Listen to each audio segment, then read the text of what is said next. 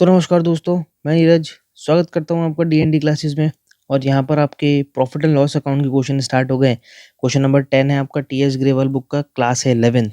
और यहाँ पर ये जो एडिशन है ये हमारा लेटेस्ट एडिशन है, तो ये 10th क्वेश्चन आपके हो सकता है ये पुराने एडिशंस के अंदर ऊपर या नीचे हो, चेक कर लेना एक बार देख के। क्या बोल रहा है यहाँ पर question number 10, from the following information prepare profit and loss account for the Gurman for the year ended 31 March 2024। ये अपन ने पेंडल अकाउंट का परफॉर्म बना रखा है। वैसे तो पर्टिकुलर अमाउंट का परफॉर्म बनता है। आप रफ के अंदर जो है फटाफट से टी शेप बना के और अकाउंटिंग शुरू कर सकते हैं। देखिए जरा यहाँ पर क्या बोल रहा है, प्रॉफिट एंड लॉस अकाउंट बनाना है तो सबसे पहले जो आपको रिक्वायरमेंट होती है वो रिक्वायरमेंट होती है ग्रॉस प्रॉफिट की। देखो है ना, कहीं से भी लिखना मत शुरू करो करो। जब भी प्रॉफिट एंड लॉस अकाउंट लिखोगे, प्रॉफिट एंड लॉस अकाउंट को तुम 3 अलग-अलग सेक्शन में बाँट लो। सबसे पहले वाले सेक्शन में तुम क्या लिखोगे, ग्रॉस प्रॉफिट। ग्रॉस प्रॉफिट तुम्हारा क्वेश्चन में दे रखा होगा, जो ट्रेडिंग अकाउंट से कैलकुलेट होता है। उसके बाद में दूसरी चीज़ में तुम लिखोगे यहाँ पर सारे के सारे एक्सपेंस। ध्यान देना है कि यहाँ पर कौन से एक्सपेंस होने चाहिए, इनडायरेक्ट एक्सपेंस ही सारे के सारे प्रॉफिट एंड लॉस अकाउंट में आते हैं। डायरेक्ट एक्सपेंस एक भी नहीं आता। ऐसे ही यहाँ पर इनडायरेक्ट इनकम जो है ना वो सारी की सारी फिर किधर आ जाएगी, तीसरे पार्ट के अंदर यहाँ पर आ जाएगी। बस ये तीन ही चीज़ें हैं। उसके बाद तो हम बैलेंस निकाल के क्या निकाल लेते हैं, नेट प्रॉफिट निकाल लेते हैं। चलो फटाफट से यहाँ पर ग्रॉस प्रॉफिट लिखते हैं। तो क्वेश्चन में ग्रॉस प्रॉफिट कहाँ दे रखा है, देखो नीचे नीचे यहाँ पर लाइन में दे रखा है, the gross profit for was 45% on of sale. Sale का 45% क्या है मेरे दोस्तों, ग्रॉस प्रॉफिट है, which amounted rupees 6,50,000 rupees. Sale which amounted rupees 6,50,000 rupees का मतलब हो गया कि जो हमारी इसने क्या कर दिया, हमारे को सेल दे दी कि मैं हमने सेल जो है ना वो सेल कितनी करी है, 6,50,000 रुपए की करी है, जिस पर हमारे को 45,000 का क्या हुआ है, प्रॉफिट हुआ है। तो ठीक है, कोई दिक्कत थोड़ा ना है। अपन यहाँ पर क्या लिख देंगे, ग्रॉस प्रॉफिट। यहाँ पर थोड़ी सी कैलकुलेशन करके दिखा देते हैं कि भैया 6,50,000 का हमने क्या निकाल लिया, 45% निकाल लिया। तो 6,50,000 इंटू 45% अगर मैं करूँ तो मेरे दोस्तों आता है 2,92,500 का क्या हो रहा है, आपको ग्रॉस प्रॉफिट हो रहा है। अब हमने हमारा पहला काम कंप्लीट कर दिया। अब हम क्या करते जाएंगे, दूसरे काम कंप्लीट करते जाएंगे। कैसे, हम सारे के सारे क्या लिखेंगे, एक्सपेंस लिखेंगे। तो देखो यहाँ पर ऊपर से लिखना शुरू करो।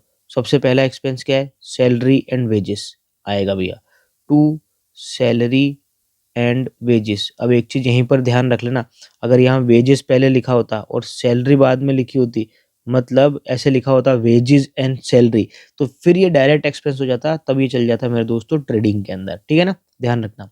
इसके बाद में कमीशन पेड, कमीशन पेड भी क्या है, एक एक्सपेंस है। तो आ जाएगा क्या, टू कमीशन कितना आ जाएगा, 2,000 रुपये, ये आ गया। इसके बाद में पोस्टेज एंड कोरियर, ये भी लिख देंगे, टू पोस्टेज एंड कोरियर कितना, 1500। इसके बाद में क्या आ जाएगा, इंश्योरेंस, ये भी आ जाएगा, टू इंश्योरेंस कितना, 3,000 रुपये का इंश्योरेंस हो गया। इसके बाद में इंटरेस्ट पेड,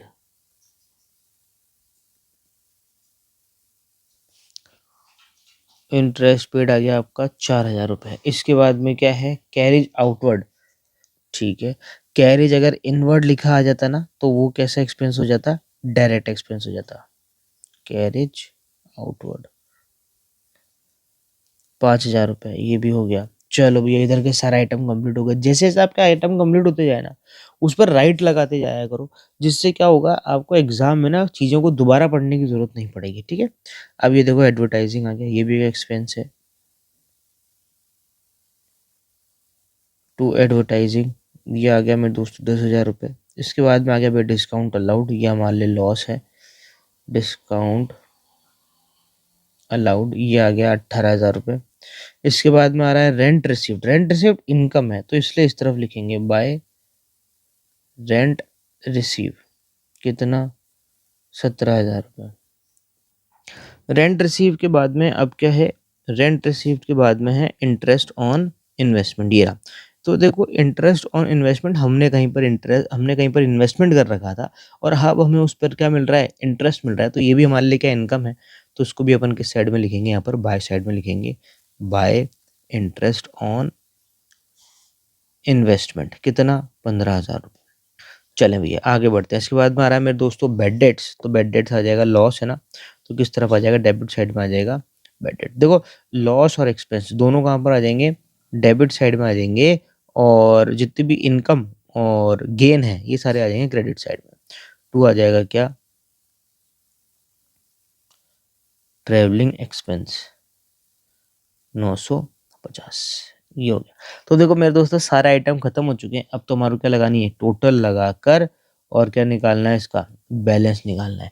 तो फटाफट से अपन लगा लेते हैं टोटल। मुझे साफ साफ दिख रहा है कि जो क्रेडिट साइड है उसकी टोटल क्या है, ज़्यादा है।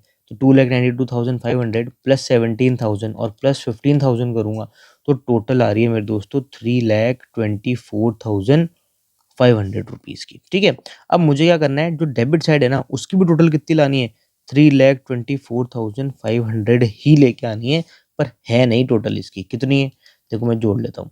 30,000 plus 2,000 plus 1,500 plus 3,000 plus 4,000 plus 5,000 plus 10,000 plus 18,000 plus 9,000 और प्लस 950। तो इधर की टोटल आ रही है 83,450।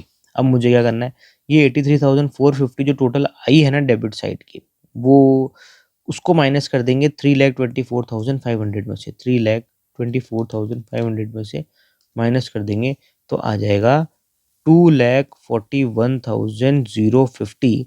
ये अमाउंट हमारी कम बढ़ रही है तो अपन ये अमाउंट क्या कर देंगे, यहाँ पर लिख देंगे, और यही हमारा क्या निकल जाएगा, बैलेंस है। जैसे हम ये अमाउंट यहाँ लिख देंगे तो इधर की टोटल भी क्या आ जाएगी, 3,24,500 आ जाएगी। तो हम इसको क्या बोलेंगे, टू नेट प्रॉफिट। और क्योंकि ये हमने बैलेंस करके निकाला, बैलेंस करके मतलब इधर की टोटल में से इधर की टोटल को माइनस करके निकाला, तो इसे हम बोलेंगे भैया बैलेंसिंग फिगर।